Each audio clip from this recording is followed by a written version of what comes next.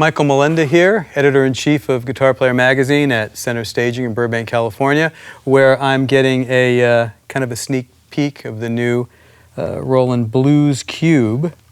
And initial reaction is, looks like an amp. It looks like something, I love this retro styling here. I think that a lot of the cubes before, it's either kind of a, love it or hate it look, but I think that maybe for some players, it didn't look like something you'd want to have on stage with you. And I think this absolutely looks like something that, could be a little boutique amp, or that's kind of modeled off a obvious, California style amplifier. But I think it's beautiful.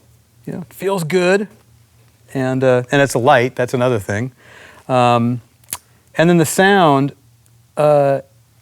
They've done some modeling. There's no tubes here, but this is one of the most realistic tube models I've heard from a cube amp, definitely. It's really delightful. For instance, in the past, if I've used cubes for things, and I've loved them, they're awesome amps, but you use them mostly for I've used them mostly for songwriting or weird little parts on records. But this, I think I'd actually gig with. I'm sure I'd actually gig with.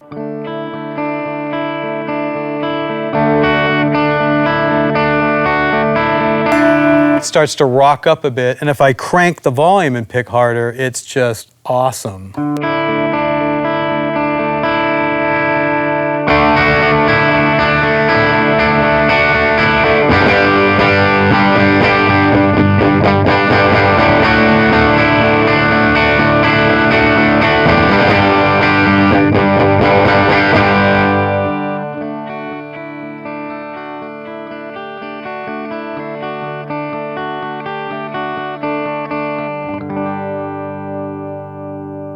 So that's just the clean channel.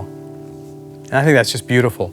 There's also a crunch channel, and same thing here, marvelous dynamics.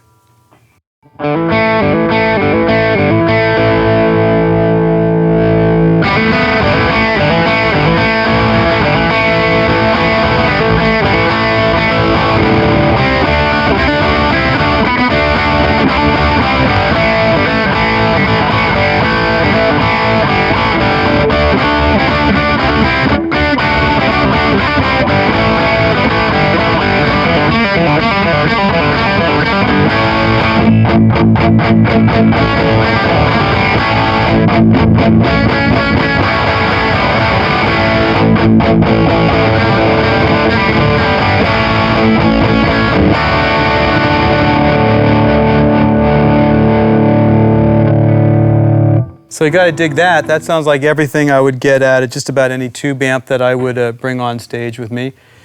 But there's another trick about the Blues Cube. If you've read interviews in the magazine, a lot of guitar players mix amps together. A lot of my favorite kind of new wave tones have been a Roland JC120 mixed with a Marshall.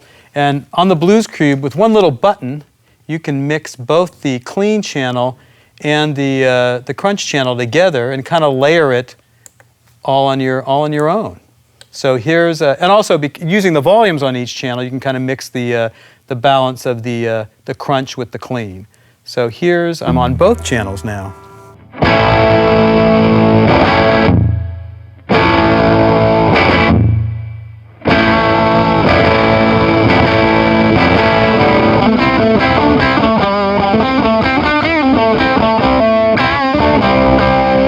Same level of dynamics.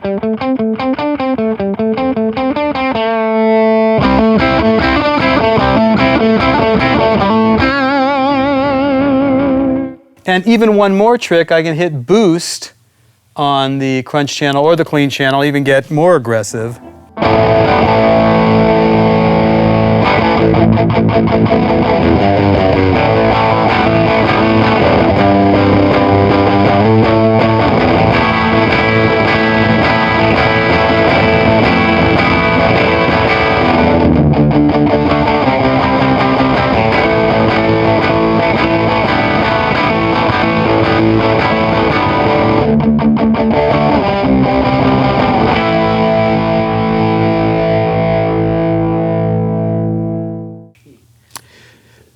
So hopefully I've shown you why this would be an awesome live amp for me to take on stage, or you.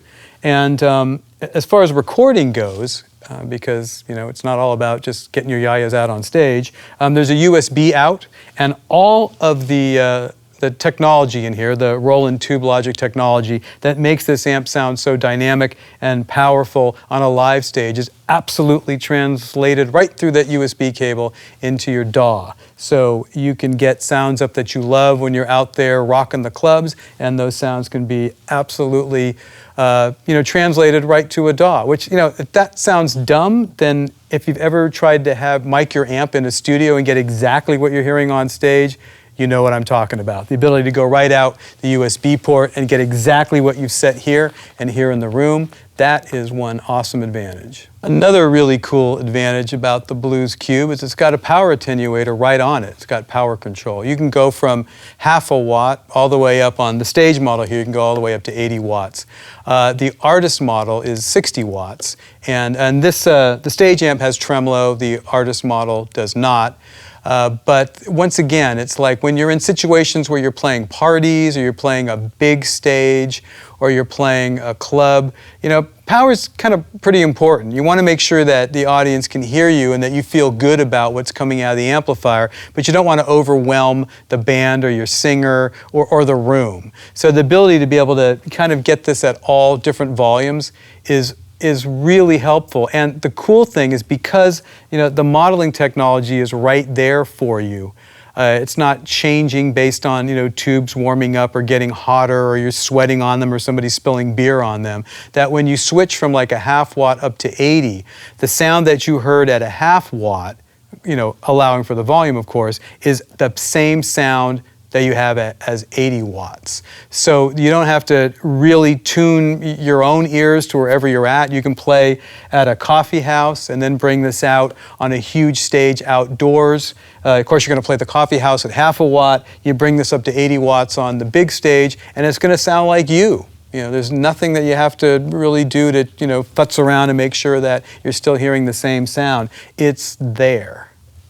Some final notes about this kind of awesome gigging amp is, and studio amp as well. If you go for the 80 watt stage model, you get a really nice reverb and tremolo. It's a 12-inch speaker and an open back cabinet. I like open backs because you can kind of hear the sound kind of washing behind you, which is awesome. The 60 watt artist model, the effects are gone, but it's virtually the same amp except for that. Still get the 12-inch speaker, still get an open back cabinet. Yeah, I'll be honest with you, I've had a strange and wonderful relationship with cube amps, even back in the 80s. I haven't always loved them for gigs, but I've respected the technology, and I've always liked them for songwriting or coming up with strange little sounds in the studio, or just bringing them around for a rehearsal. But this Blues Cube, it really does sound like a tube amp to me. I love the dynamic quality of it. I just kind of like the way it sounds. I mean, I can't really get any more specific than that. Everything I did sounded real and organic. It seemed to react to my playing dynamics in a way that was comfortable for me. And I think it looks cool, which of course is important. Fashion, amp fashions are always important when you're on stage. And once again, this is a really good gigging amp. I would definitely gig with this as soon as it comes out, and I think that's the first cube I've ever been able to say that about. So there you go. If you see me on stage someday, I'll probably have one of these behind me.